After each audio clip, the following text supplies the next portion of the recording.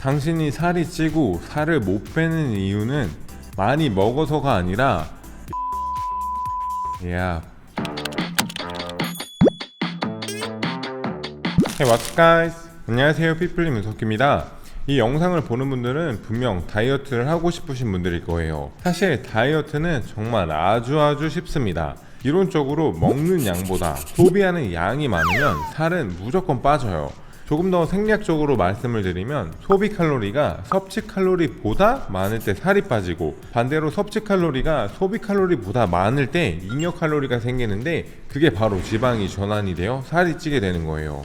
이렇게 단순한 방법인데 도대체 왜 우리는 살을 못 빼는 걸까요? 물론 세상에 정말 맛있는 음식이 많기 때문일 수도 있지만, 근본적으로 잘못된 다이어트를 하고 있기 때문에 그럴 수 있습니다. 이번 시간에는 살이 안 빠질 때 꼭 체크해 봐야 하는 것들을 자세히 다뤄보도록 할게요. 먼저 첫 번째 이유로 지나친 저열량으로 식단을 구성했기 때문입니다. 무작정 적게 먹으면 성공적으로 다이어트 할 수 있다고 생각하는 분들이 의외로 아직까지도 많이 있습니다. 물론 적게 먹으면 당연히 섭취 칼로리가 적기 때문에 살이 빠질 확률이 높지만, 인체는 그렇게 단순하게 막 딱 지방만 태우거나 지방을 소비하거나 딱 그렇지는 않습니다. 아침에 뭐 계란 한 개, 점심에 닭가슴살 샐러드, 저녁에 밥 반 공기에 닭가슴살, 이렇게 다이어트 식단이라고 해서 본인에게 필요한 칼로리는 전혀 생각하지 않은 채 무작정 양은 적게, 탄수화물을 안 먹어, 그리고 단백질 위주로만 이렇게 드시는 분들이 분명히 계실 거예요. 우리가 식단을 구성할 때 하루 섭취 칼로리는 개개인의 활동량과 기초 대사량에 맞게 전략적으로 설정해야 합니다. 개인의 기초 대사량이 높을수록, 활동을 많이 할수록 하루에 필요한 에너지 양이 많아지게 되며 많게는 700에서 1000칼로리까지 차이가 날 수가 있어요. 따라서 다이어트라고 할지라도 자신의 일일 에너지 대사량을 계산해서 몸에서 체지방 감소에 대한 스트레스 반응을 일으키지 않도록 점진적으로 칼로리를 줄여가며 식단을 구성해 주는 게 중요합니다.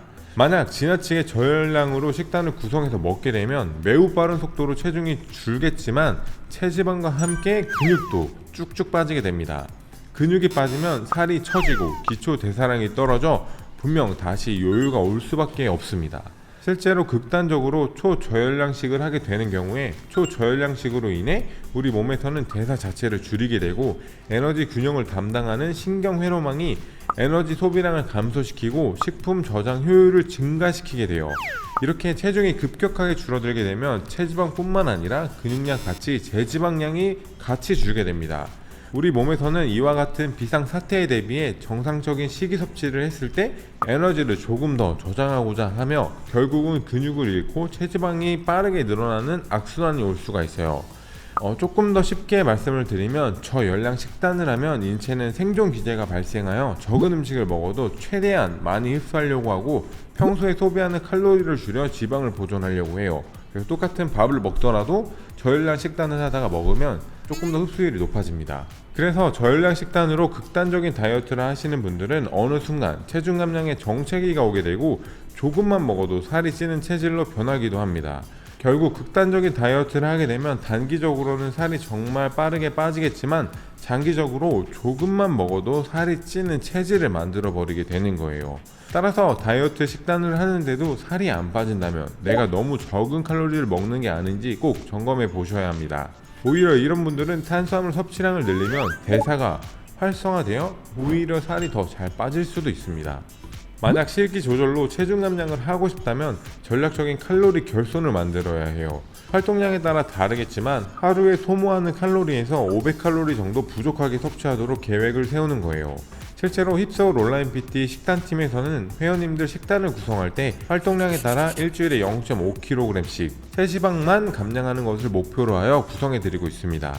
개인마다 차이는 있겠지만 기초 대사량, 활동 대사량, 음식을 섭취할 때 소모하는 에너지인 TEF를 모두 합친 1일 에너지 대사량에서 500칼로리 정도를 덜 섭취하는 것을 목표로 해보면 좋습니다.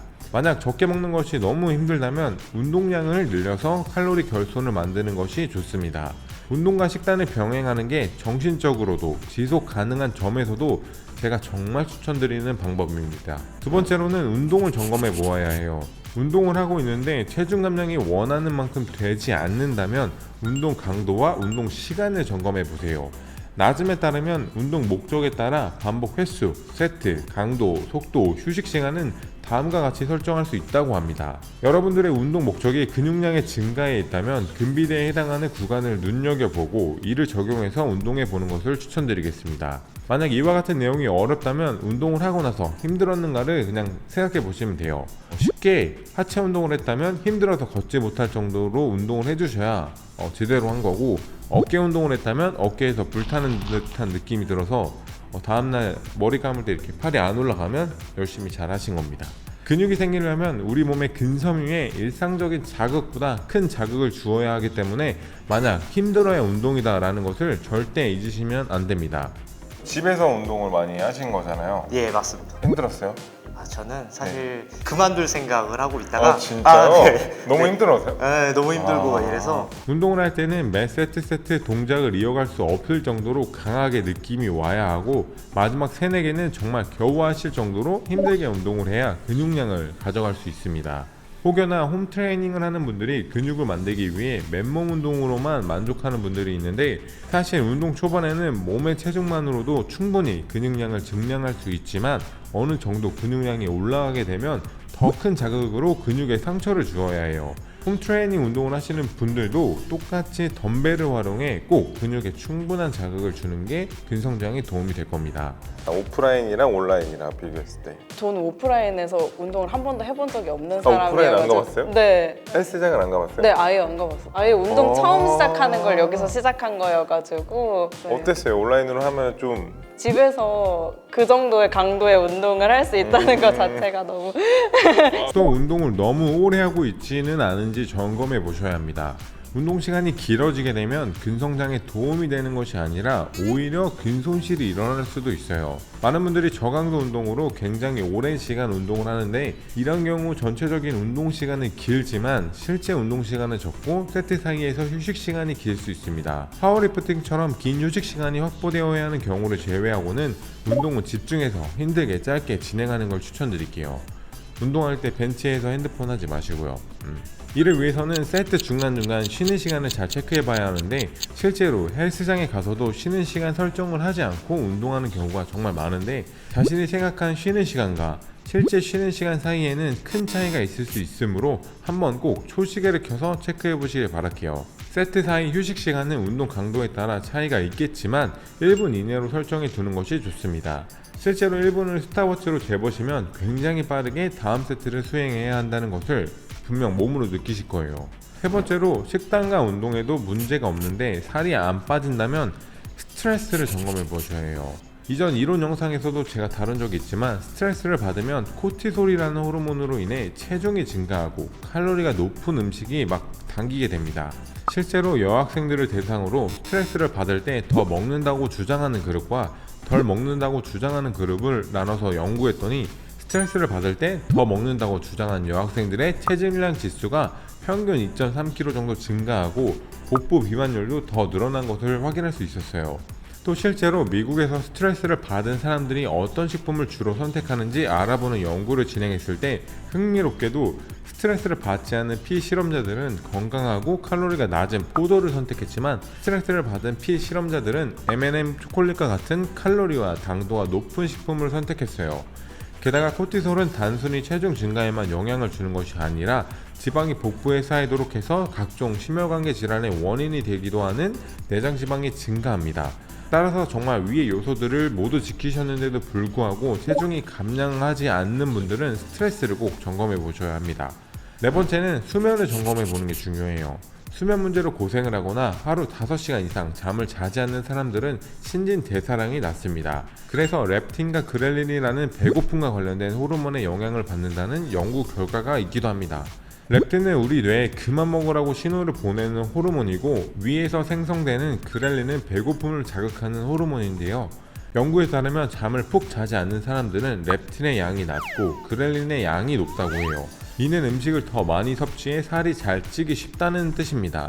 이 문제를 해결하려면 매일 7시간 이상 규칙적으로 푹 자는 수면 습관을 꼭 지키는 것이 중요합니다. 이번 시간에 살이 안 빠지는 이유를 다뤄봤는데 이게 사람마다 근육량도 다르고 기초 대사량도 다르고 체형 유전자 등등 모두 다르기 때문에 누구는 이렇게 해서 살을 뺐는데 왜 난 안 빠지지, 누구는 이렇게 운동을 했는데 왜 나는 대체 안 빠지는 거야, 막 이런 생각이 들 수도 있어요. 세상에 똑같은 사람이 없듯 운동과 식단도 나에게 맞는 방법이 분명히 존재합니다. 여러분들도 여러 가지 방법을 시도하여 나에게 맞는 방법을 꼭 찾아보시길 바랄게요. 만약 전문 트레이너와 스포츠 영양 코치의 운동 식단 코칭을 온라인적으로 좀 체계적으로 관리를 받고 싶다 하시면은 삐플리 힙서울 온라인 PT를 들어보는 거를 저는 정말 강력하게 추천을 드리겠습니다. 많이 빼셨나요? 총 거의 6kg 정도 6kg요? 빠졌어요. 근육량도 좀 넣으셨어요? 많이는 안 늘었는데 네. 처음보다는 그래도 1kg 좀 넘게 나온 것 1kg면 같아요. 엄청 많이 있는 건데. 아니 지금 총 몇 킬로 감량하셨죠? 저는 지금 한 11kg 정도 감량한 것 같습니다. 저도 원래 혼자 운동을 하고 있었는데 이게 혼자 하다 보니까 이게 식단도 모르겠고 유산소도 몇 번을 타야 될지 모르겠어서 그래서 온라인을 좀 신청하게 될 계기가 됐습니다. 혜연님 같은 경우에 몸이 엄청 많이 좋아졌잖아요. 10kg가 넘게 감량을 하신 상태고, 팁을 드리자면 여기 그냥 선생님이 시키는 대로 딴 길로 세지 않고 하면은 그게 팁인 것 같습니다. 네, 오늘 제가 준비한 영상은 여기까지고요. 영상을 보시고 도움이 되신 분들은 좋아요와 구독 부탁드리겠습니다. Thank you guys.